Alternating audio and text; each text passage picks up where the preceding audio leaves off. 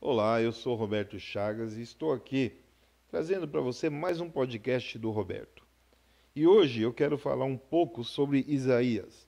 Vou falar do início das suas considerações do livro de Isaías, falar do propósito e da visão panorâmica. Vai ser uma explicação rápida, onde eu estou usando aqui a Bíblia de estudo. Ela é uma Bíblia do Almeida, traduzida, né? João Ferreira de Almeida. Vou usar somente ela, falando das considerações preliminares do propósito do livro, falando da sua visão panorâmica, das suas características, tudo dentro de Isaías. Mas antes, porém, eu te peço que você possa compartilhar este vídeo, que você possa tocar o sininho para não perder nenhum vídeo que nós estamos postando durante a semana.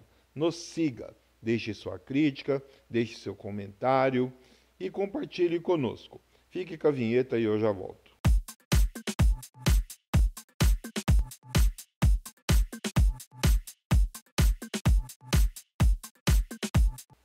O livro de Isaías, o próprio autor nos diz aqui que foi ele.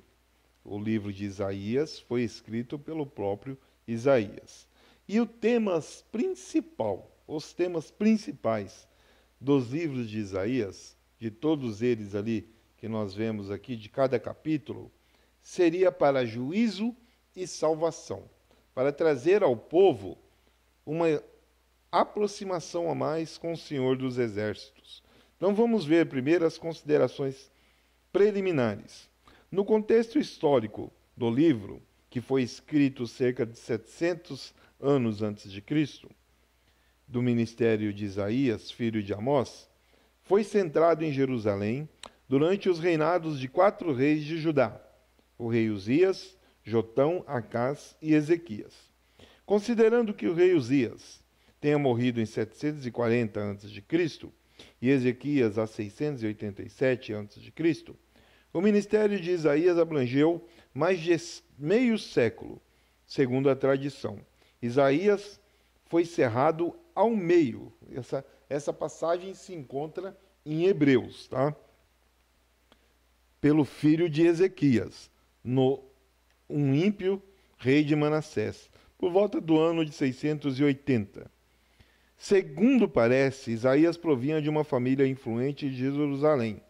Era um homem cultíssimo e tinha o dom da poesia. Ele era familiarizado com a realeza e aconselhava os reis no tocante à política externa de Judá. É considerado o mais literário e influente dos profetas.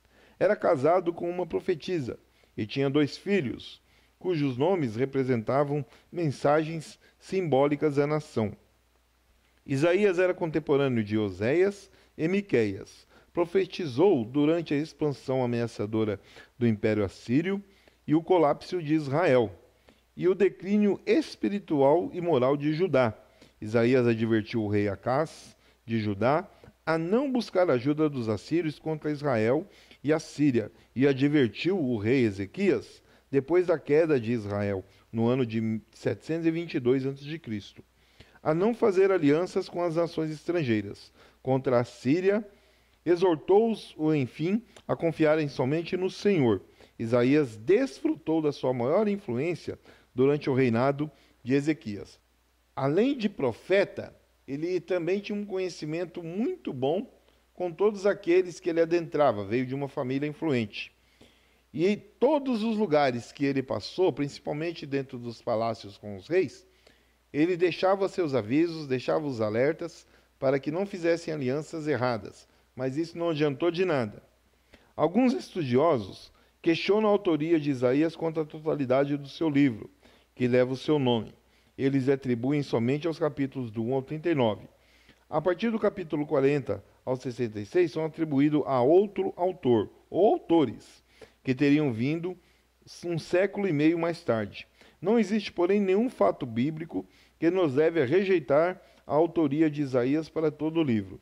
As mensagens de Isaías no capítulo 40 ao 66, destinadas aos exilados judaicos em Babilônia, muito tempo depois da sua morte, enfatizam o poder de Deus em revelar eventos futuros específicos através de seus profetas. Se aceitarmos os fenômenos das visões e revelações proféticas, cai por terra o obstáculo principal da crença que Isaías realmente escreveu o livro inteiro. As evidências que sustentam essa posição são abundantes e podem ser classificadas em duas categorias. A primeira categoria é uma evidência eterna no próprio livro, que inclui o título 1 e os numerosos paralelos e pensamentos marcantes entre ambas as seções do livro.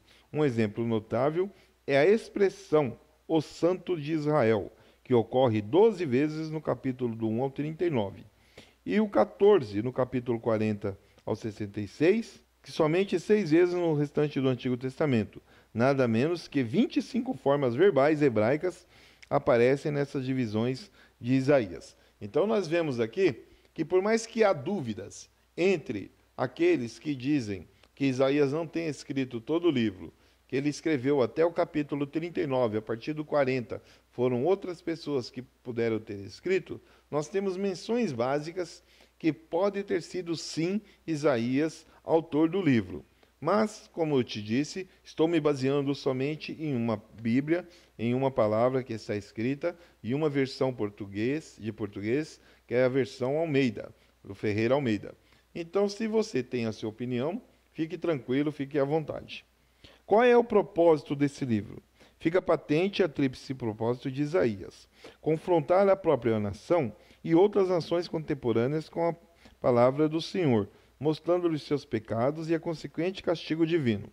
Profetizar a esperança, a geração futura de exilados judaicos, que seria restaurada do cativeiro, a qual Deus redimiria como luz aos gentios. Mostrar que Deus enviara o Messias davídico, cuja salvação abrangeria todas as nações da terra, suscitando esperança ao povo de Deus, tanto do Antigo como do Novo Concerto. Vamos agora para a visão panorâmica. Os 66 capítulos de Isaías podem ser divididos naturalmente em duas seções, do 1 ao 39, como nós já dissemos aqui, que alguns estudiosos dizem que foi esse, do 1 ao 39, que Isaías escreveu, e a partir do 40, que foram outras pessoas. Em certos aspectos, Isaías é uma Bíblia em miniatura. Sua dupla divisão ressalta o julgamento e salvação, correspondendo aos temas principais do Antigo e Novo Testamento. Nas divisões de Isaías e da Bíblia, o fio que ata a obra redentora é de Cristo. A primeira seção de Isaías contém 4 grandes blocos de profecias. Nos capítulos do 1 ao 12, Isaías adverte e denuncia Judá pela sua idolatria, imoralidade e injustiça social, durante um período de prosperidade enganadora, entrelaçadas com a mensagem de condenação vindoura. Há importantes profecias messiânicas e o testemunho do profeta a respeito da própria purificação do seu encargo para o ministério profético. Nos capítulos do 13 ao 23, Isaías condena as nações contemporâneas por causa de seus pecados. A partir do 24 ao 35, contém um amplo leque de promessas proféticas de salvação e juízo futuro. A partir do 36 ao 39, ele registra a história seletiva do rei Ezequias, que forma um paralelo com 2 Reis. Já a segunda seção, a partir do capítulo 40, traz algumas das profecias mais profundas da Bíblia, a respeito da grandeza de Deus e da vastidão do seu plano de redenção. Estes capítulos inspiram esperança e consolo ao povo de Deus, durante os anos finais do reinado de Ezequias e nos séculos seguintes. Está repleto de revelações a respeito da glória e poder de Deus e de sua promessa em restaurar um remanescente justo e frutífero em Israel e entre as nações, como plena demonstração do seu amor redentor. Tais promessas e seu respectivo cumprimento têm conexão especial com o sofrimento e contêm os cânticos de um servo. Elas avançam da experiência dos exilados e prevêem da vinda futura de Jesus Cristo e a sua morte expiatória. O profeta prediz que o Messias vindouro fará com que a justiça brilhe com fulgor e que a salvação chegue às nações como uma tocha ardente. Condena a cegueira espiritual e recomenda a oração intercessória e a labuta espiritual pelo povo de Deus, para que todas as promessas sejam cumpridas. Então nós vemos aqui, nessa introdução, que essa visão panorâmica, ela é bem estendida. E é por esse motivo que o livro de Isaías ele é muito utilizado devido às suas profecias e devido a todo o conhecimento que o Espírito Santo de Deus lhe permitiu, de não somente cobrar e levar palavras para o povo de Israel, para que eles pudessem obedecer não somente os mandamentos, mas também ouvir aquilo que ele estava mandando, mas que muitos profetas de hoje, muitos homens de Deus, utilizam este livro, muitos pregadores, para estar levando a palavra nas igrejas. Não é difícil você encontrar dentro de um ministério, dentro de uma semana de culto nas igrejas, uma palavra que não venha sido trazida pelo livro de Isaías.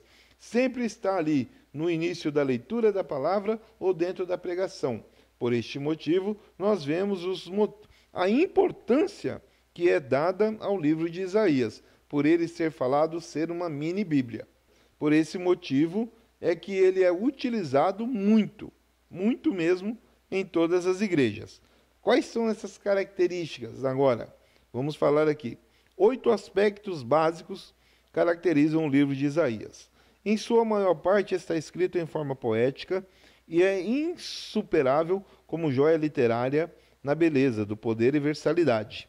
É chamado profeta evangélico, porque dentre todos os livros do Antigo Testamento, suas profecias contêm declarações mais plenas e claras sobre Jesus Cristo, sua visão da cruz e a profecia mais específica e detalhada sobre a morte expiatória de Jesus, e o mais teológico e extensão de todos os livros proféticos. O período de tempo ali tratado remonta à criação do céu e da terra. Então nós vemos aqui que mesmo ele sendo escrito muitos anos antes de Cristo, ele já fala sobre a vinda do Salvador, sobre a sua crucificação e sobre a sua ressuscitação. Então nós vemos que dentre as profecias mais dignas de proveito, né, de todos os profetas, esta, sem dúvida nenhuma, é a maior delas. Falar que Jesus viria, que ele seria crucificado e ressuscitaria. Você vai encontrar essa profecia lá no livro de Isaías, no versículo 53. Então nós temos ali sempre o 53, 54, 55, que fala muito bem sobre essas questões. Ele contém mais revelação a respeito da natureza, a majestade e santidade de Deus do que qualquer outro livro profético do Antigo Testamento. O Deus que Isaías é o Santo e Todo-Poderoso, aquele que julgará o pecado e a iniquidade dos seus seres humanos e nações. Suas expressões predileta para Deus é Santo de Israel.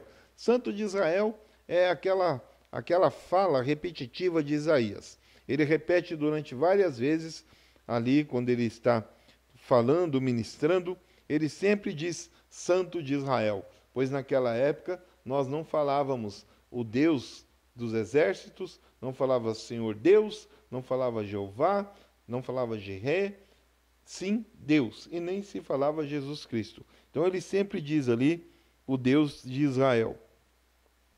E aqui, continuando, ele emprega a palavra salvação, quase 3 vezes mais do que todos os demais livros proféticos. Isaías revela que o propósito divino da salvação será somente realizado em conexão com o Messias. Isaías traz frequentes referências aos eventos redentores da história de Israel, lá no livro de Êxodo, e a destruição de Sodoma e Gomorra, e a vitória de Gideão contra os midianitas. Além disso, ele faz alusões ao cântico profético de Moisés, que está lá em Deuteronômio. Isaías, juntamente com o Deuteronômio e os Salmos, é um dos livros do Antigo Testamento mais citado e aludido no Novo Testamento. Então, nós vemos aqui, né, só a introdução. Vemos só a primeira parte do livro de Isaías. E eu volto aqui sempre para dizer para você, faça a sua crítica, deixe ali a sua pergunta do que você gostaria de conhecer e aprender um pouco mais no podcast.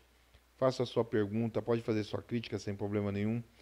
Eu estou sempre aqui para poder responder para vocês. Nos siga, compartilhe, toque no sininho. Você não vai perder nenhum vídeo na semana. Até o próximo vídeo.